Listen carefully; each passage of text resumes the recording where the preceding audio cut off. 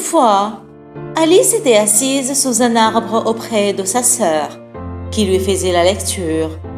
Très ennuyée, soudain, un lapin blanc, tenant une montre, passa.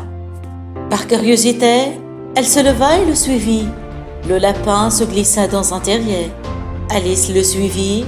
Elle arriva à un couloir. Sur une table, il y avait une bouteille. À côté, un bout de papier sur lequel était écrit « Buvez mon contenu ». Alice prit la bouteille et but une gorgée et commença à devenir petite. Ensuite, elle vit une clé sur la table.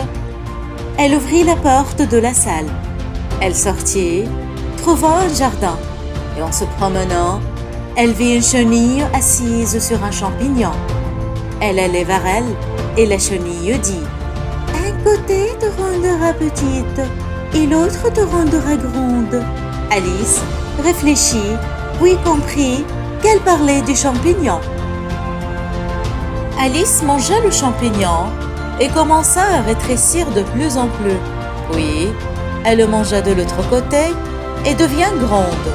Elle le mangea jusqu'à arriver à la bonne hauteur. Ensuite, elle entendit des bruits. Elle allait voir ce qu'il y a et vit la reine jouer le hockey. Les serviteurs de la reine étaient habillés comme des cartes. Alice trouva le jeu intéressant. La reine demanda « Voulez-vous jouer ?» Alice accepta et jouait avec elle.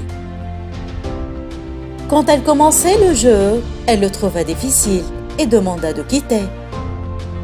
Mais elle avait peur de la reine. Elle pensa que la reine allait la punir car elle n'a pas suivi les règles. Soudain, il y avait quelques voix. C'était le début du procès devant le tribunal. Chacun courut et Alice les suivit. Dans la cour, Alice trouva le roi et la reine comme des juges. Le lapin blanc chargea Alice et dit « Hey, Alice, tu es punie, car tu n'as pas suivi le commandement de la reine. » Alice fut surprise de cette allégation. Alice essayait de se défendre dans la cour, mais soudain, elle sentit quelqu'un pousser ses épaules. Elle ouvrit les yeux et trouvait sa sœur en train de la réveiller. En ce moment, Alice était dans le monde des rêves. Alice se réveilla et raconta son rêve à sa sœur. Mais comme d'habitude, sa sœur reprit la lecture de son conte et ignorait les dires d'Alice.